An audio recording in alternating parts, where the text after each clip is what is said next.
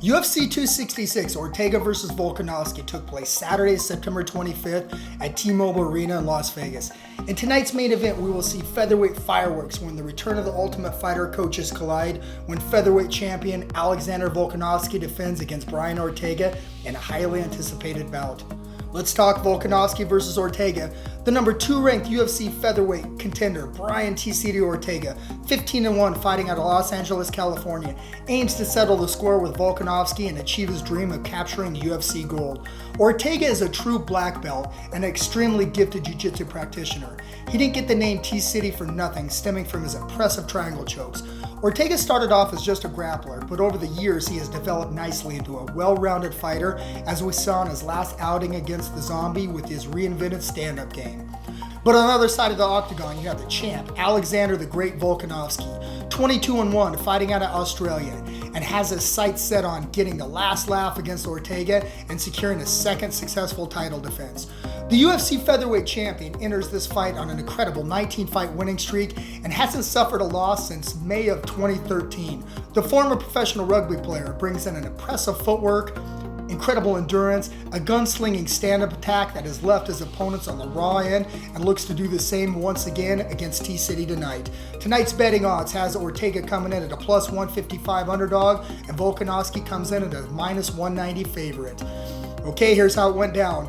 Guys, I gotta say, Ortega's walkout was pretty freaking cool. This fight was all on the feet early in the first couple rounds, and they both displayed some great striking.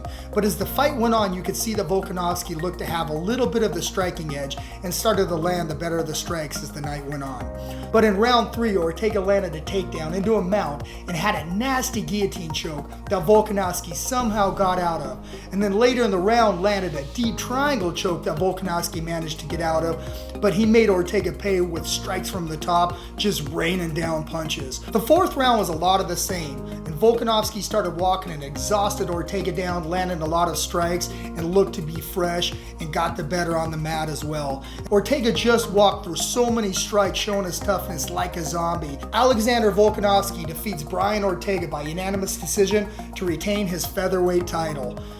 Okay, here's my final thoughts. Well, there was a few questions that needed to be answered. Could Ortega show the magic again with his newly found stand-up against the great Volkanovski, or would we see Volkanovski dominate on his feet once again? Volkanovski now has won 20 in a row, which at this level is close to impossible to achieve.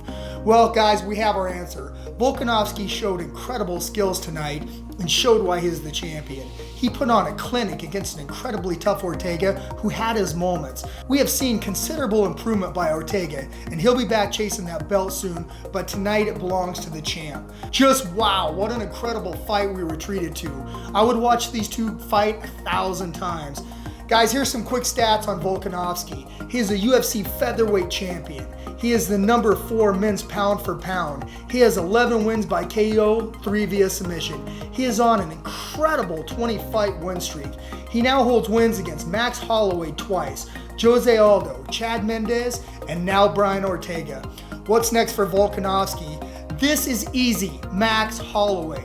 They have fought 2 times before, and it was razor close fights, with some people saying that Max won that second fight. Both fights were thrillers, and I usually wouldn't ask for a trilogy fight with one fighter winning both contests. But considering how close they were, and Holloway is clearly the number 1 contender, I don't see any other choice, and I don't think fans will be disappointed with the trilogy fight. Guys, let me know what your thoughts were on the fights tonight, Volkanovski's performance, and who you think he should fight next. Don't forget to smash that like button. This is Jay Catton with MMA Weekly's The Lowdown Breakdown. See you next time.